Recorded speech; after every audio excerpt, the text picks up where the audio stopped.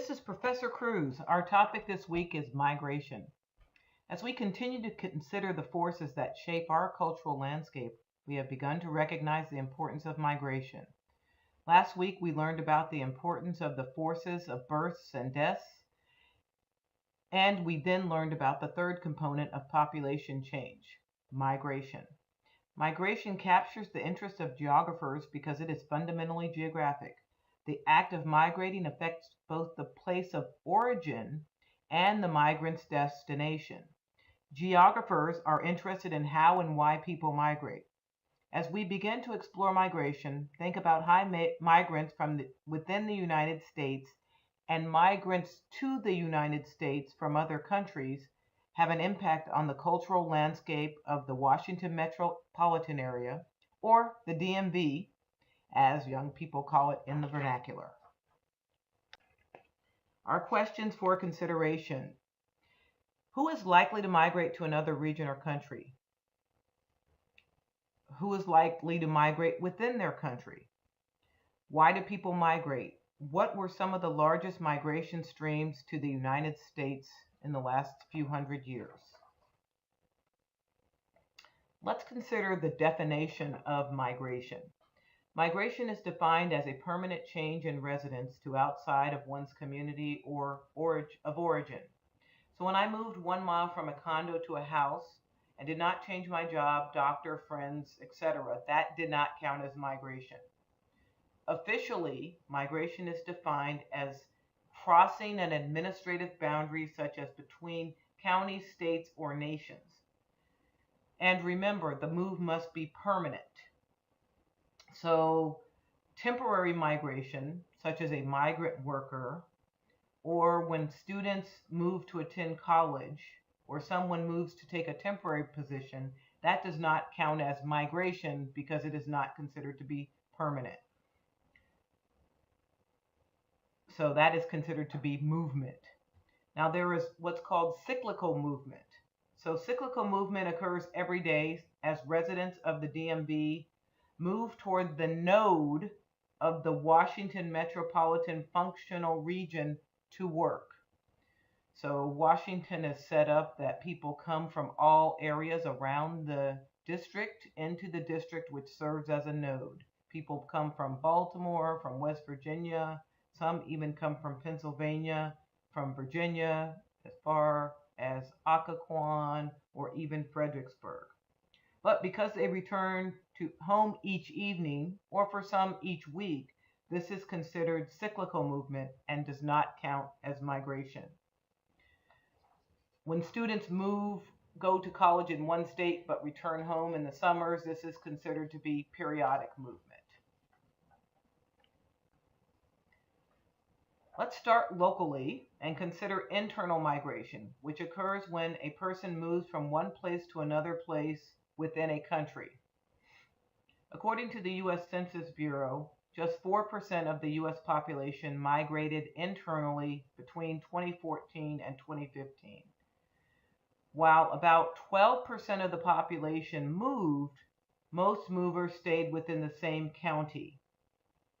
So in fact, just 2% of the population migrated to a different state. In the United States, interregional migration slowed during the recession up until the last couple of years, but migration is starting to increase within the United States. As you look at this map, this is a choropleth map showing net migration between states between July 2014 and July 2014. The Northeast and the Midwest continue to lose residents who are moving to the South and the Pacific Northwest, as well as a few of the mountain states. In this map, the states that are the orange or reddish colors have lost population. The dark red meaning the states that lost the most people, and the shades of green represent states that gained population. The dark green states gained the largest number of people. When you consider the numbers who move in versus the number who moved out, Florida had the highest levels of net migration with about 200,000 during this period. Illinois lost the most with a net loss of 105,000 residents. Texas gained another big gainer, 170,000 new migrants. Colorado was next with 54,000. Arizona and South Carolina each had over 445,000 new migrants. And in the DMV, the district gained 12,000 residents. Maryland actually lost residents, as did Virginia, but not as large numbers as states like Illinois and California. This choropleth map, which uses stronger shades of red and blue, shows the same characteristic, net migration, except it shows it by a smaller geographic unit, the county. Pause the video and look at the counties that gained or lost migrants between 2014 and 2015. When you change the scale of the map, it really enables you to see the data that gets masked when you show larger geographic units such as states. While the previous state map shows that Georgia and Texas gained population, you can see plenty of counties in these states that lost population as more people moved out than moved in. This is a very creative map showing the proportion of people living in the state where they were born. Now, this doesn't mean that people never moved. It just means that they are currently living in the same state in which that they were born in. Sometimes people move from a place at certain points of their lives and then return later in their lives. So, which states have the highest portions of people living in the state that they were born? And so to look at this, you would look at this, the gray round circle. That circle shows the people who were born in the state that they live. And this is a proportional symbol map in some degrees. So if you look carefully, you'll see that actually Louisiana has 79% of the people living in it, and they were born there. Michigan, 77, Pennsylvania, 74. So these states have the greatest numbers of people living in them that were born there. And Ohio also has 75%. 48% of people in Maryland lived in Maryland. Can't see that very well on this map as Maryland is small. And for DC, 37% of DC residents were born in DC. One of the other things that's shown on this map is the people in each state and the District of Columbia who were born in other parts of the nation, and also those who were born in other countries. And so for DC, you can see that 16% of residents were born in other countries. California has the highest portion of residents born in other countries at 28%. The state with the fewest natives born in the state is actually Nevada. So most people who are in Nevada came from somewhere else. And Florida is second at 36%.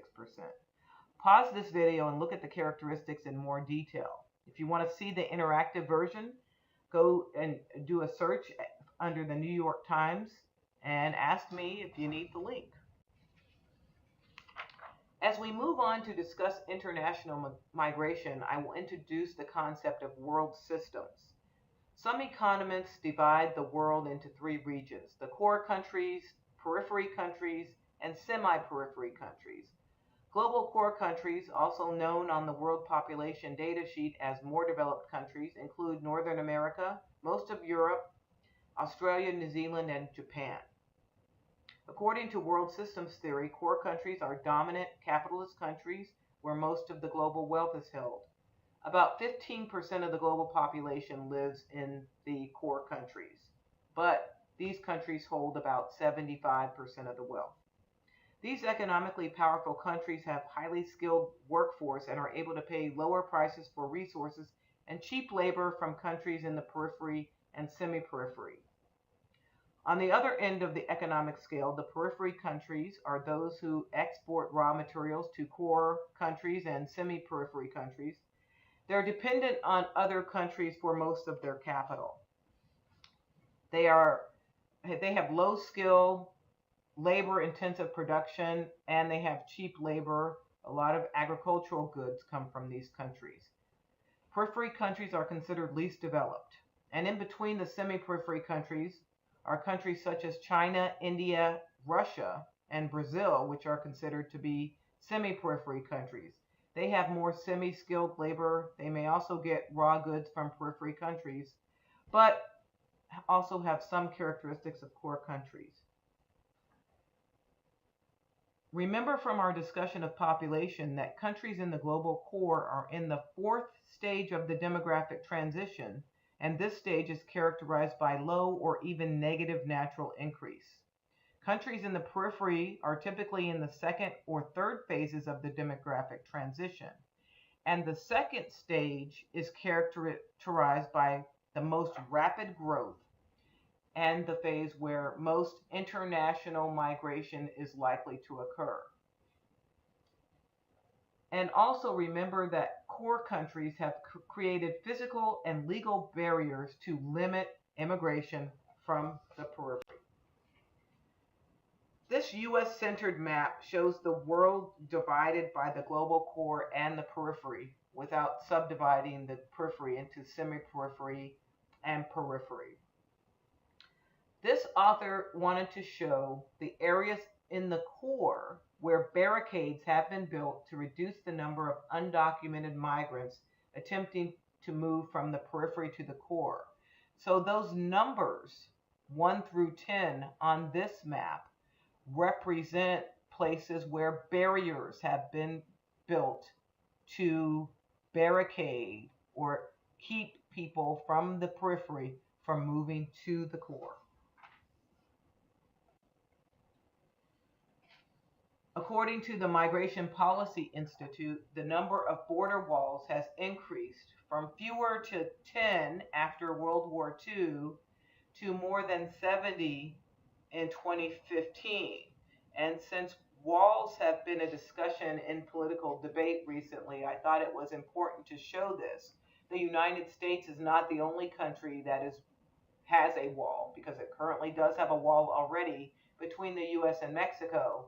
But other countries are building border walls. And this number in building border walls, as you look at this graph, looks similar to that population graph showing how the population has increased in the last 100 years. So as the number of people in the world has increased, as has the number of borders to keep people out. Geographer Wilbur Zielinski developed a migration transition model. In this chart, I have combined the migration transition model with the demographic and epidemiologic transition models. The migration transition is a change in the migration pattern in a society that can be linked to the social and economic forces that produce the demographic and epidemiologic transitions. In stage 1, populations are mobile on a daily or seasonal basis as they search for food. So remember, are hunters and gatherers. In this phase, migration is usually not permanent. As we move to stage 2, a country in stage 2, you may recall, has rapid population growth, which may tax local resources. In this case, countries send their, as I said, extra people, or they send high numbers of immigrants to other countries to relieve the burden of the rapid population growth that occurs in stage 2. Historically, countries in stages 3 and 4 of the demographic transition become the destinations of international migrants. So those people from the periphery or people from the high migration countries are high population countries move to countries that are in the global core or the semi-periphery. They also experience movement internally, so like in the United States, where people are moving either from rural areas to cities, which happens in countries like Mexico, or they move from cities to suburbs, or in the case of the United States, some people are moving back to the cities, and that causes gentrification. This choropleth map from the Migration Policy Institute shows that the United States has received more migrants than any other country over the last 65 years. The map also shows that the largest number of people generally move to core or semi-periphery countries, with the greatest numbers of outmigrants leaving two of the most populous countries, China and India.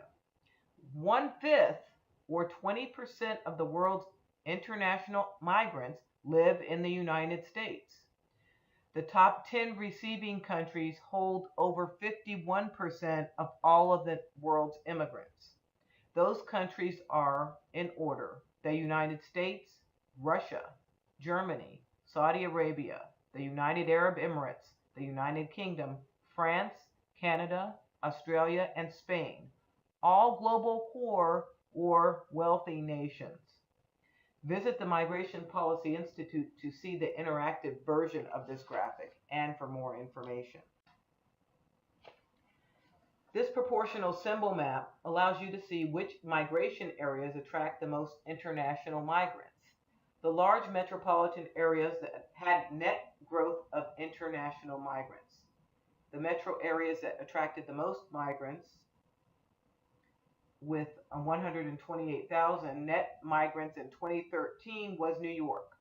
Miami was second with 50,000 migrants, and Los Angeles third with nearly 50,000. In addition to attracting migrants from U.S. states, the District of Columbia is also a gateway city for international immigrants, receiving nearly 37,000 in 2013.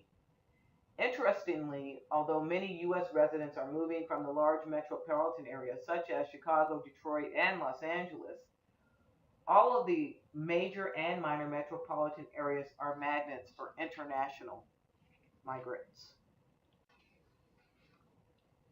Now we will consider the types of migration using immigration to the United States as an example. Remember that we studied population and looked at the components of natural increase, which were births and deaths. But to calculate population change in a nation such as the United States, you must also consider immigration. You can look at your data sheet and see that a third of the growth in the United States is from migration. So that column that shows net migration helps you consider this component of population change.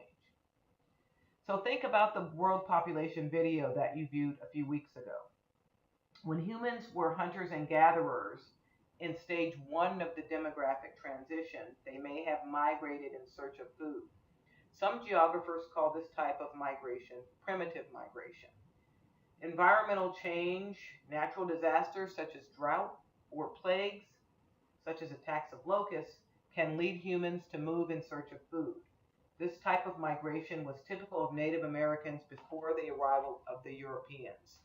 And you can see that migration came from Asia across the Bering Strait and moved southward down into the Americas. The red arrows show the possible migration routes. You can see today's present-day shorelines, which are outlined in green, glaciated areas historically, where people did not live, and land area.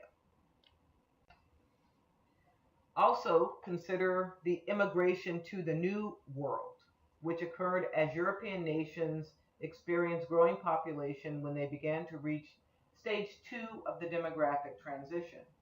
During stage 2, countries experience high birth rates and declining death rates, and the population grows rapidly. Before 1950, especially before 1925, most immigration to the United States was mass immigration, or mass migration. As the name implies, mass migration involves a large group of people moving together. This could be a community, an entire tribe or ethnic group, or even army that resettles in areas that it has invaded. The British settlement and colonization of North America beginning in the 1600s is an example of mass migration.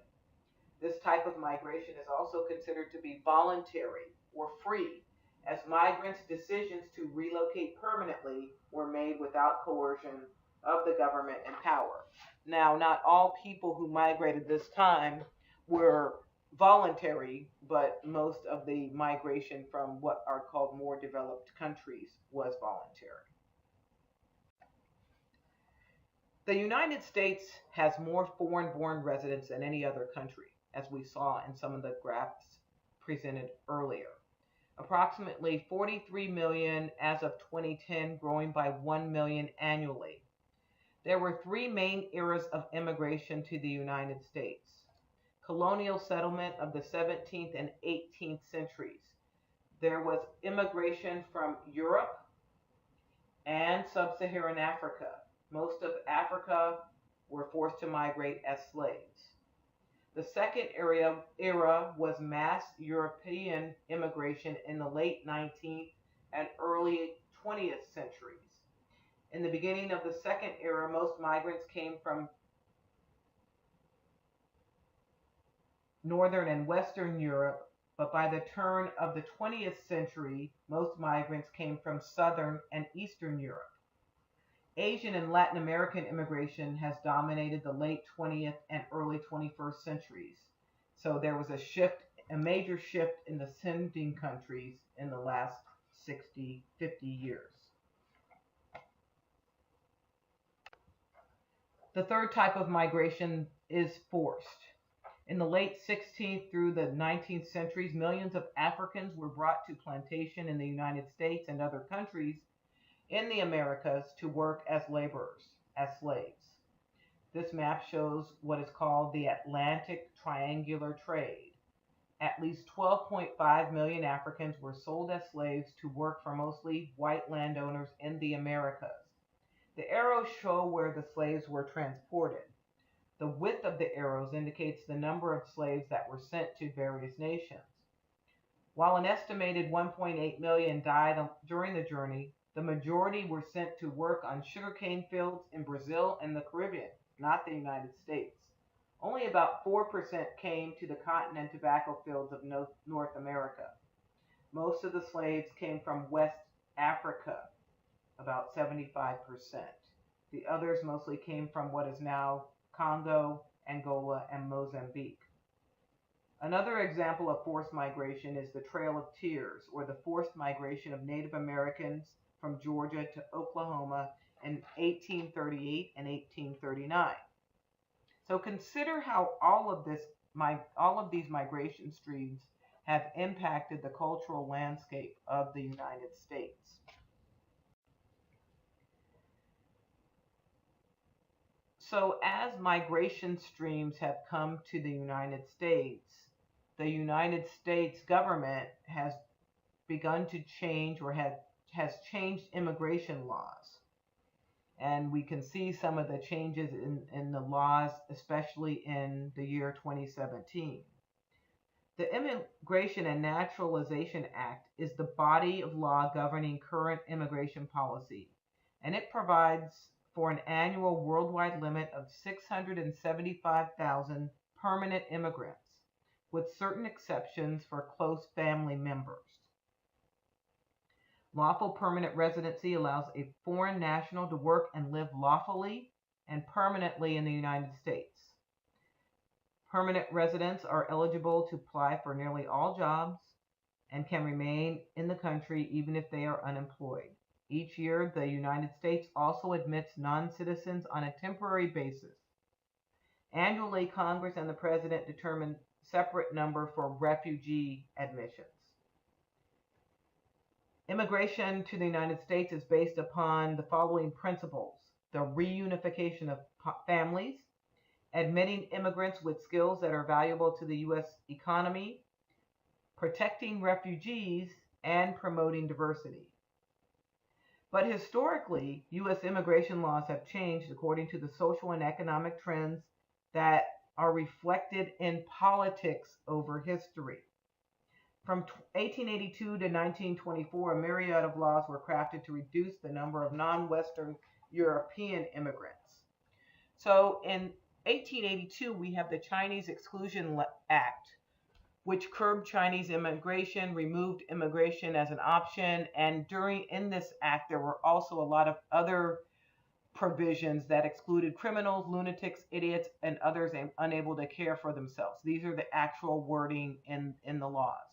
The 1882 Chinese Exclusion Act came about as Chinese immigrants came to the United States after 1850 to either work on the railroads and as a result of the gold rush. As more Chinese came to the United States began to ask more information about nation of origin on the census and began to exclude certain populations. As we saw in the graph earlier, the immigrants from Southern and Eastern European countries grew in the late 1800s and early 1900s. So in 1921, there was a limitation placed on populations from Southern and Eastern Europe. And then in 1924, that law was strengthened, and the 1924 law limited immigrants to 2% of the 1890 U.S. population based on surname. So those countries that had surges in immigrants between 1890 and 1920 had lower levels prior to that, so that immigration from these nations was largely excluded. So between 1924 and 1965, most of the immigration came again from Western European countries. And then in 1965, the United States opened its doors and eliminated country quotas, again, creating the laws that favor family reunification and skilled immigrants. It limited immigration from the Western Hemisphere, and since then, more migrants have been able to come from Latin America and Asia. 1986 Immigration and Reform Act granted legalization to millions of selected unauthorized immigrants, mainly from Latin America. This law also began to enforce sanctions on employers who hire undocumented or unauthorized immigrants. There are many, many more immigration laws and acts. I encourage you to look these up and study them and think about how they affect the cultural landscape. So why do people migrate? Let's look at what are called push and pull factors. People who migrate voluntarily decide to migrate because of the combination of two factors. Push factors induce people to move out of their present location. Pull factors induce people to move into a new location. So there are three major types of push and pull factors. Political, such as war. The Syrian refugees are an example of political migrants. A refugee has been forced to move to avoid potential threat to his or her life, and he or she feels that they cannot return for fear of persecution. Other examples include Cuban immigrants in the 1959, 1980, and 1994, and Asian refugees after the war in Vietnam in 1975. Environmental factors are push factors such as flood and drought. Examples: Hurricane Katrina, where people were forced to move from Louisiana. People also moved to warmer climates that are then a pull factor. And economic.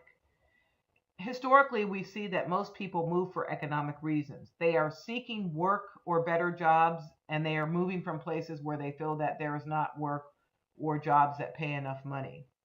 When my family moved internally in the United States from Seattle to Albuquerque, New Mexico, and from Albuquerque to the DMV, it was because my father received promotions to move to the new location. Can you think of some other push and pull factors? In the 1880s, British geographer named Ernst George Ravenstein studied migration within Great Britain and developed a series of laws that he felt governed migration for long distance moved. He posited that most long distance migrants are males. Of the immigration to the United States during the 19th and most of the 20th centuries, most migrants were males. This reversed in the 1990s when women constituted about 55% of the immigrants, and this was likely due to the changing role of women in Mexico And also, migration from Mexico represented shorter distance move than those from Europe and Asia. About 40% of the immigrants to the United States are young adults between the ages 25 and 25 and 39. Um, so adults who are in their primary working ages are more likely to move as they are seeking work. Most migrants move short distances. Long distance migrants are more likely to move to major cities than to a rural area. Urban dwellers are less likely to migrate, and women migrate more than men, but they don't go as far. So men are the ones who are more likely to do the international migration. So consider this week how immigration has shaped the local and natural cultural landscape of the United States. We learned that international migration is likely for countries in stage 2 of the demographic transition. Consider the international migration to our region and decide if you think that's true. And how has immigration shaped the local and natural cultural landscape of the United States? Think about that as you watch the news this week and think about how the laws may change to affect our cultural landscape.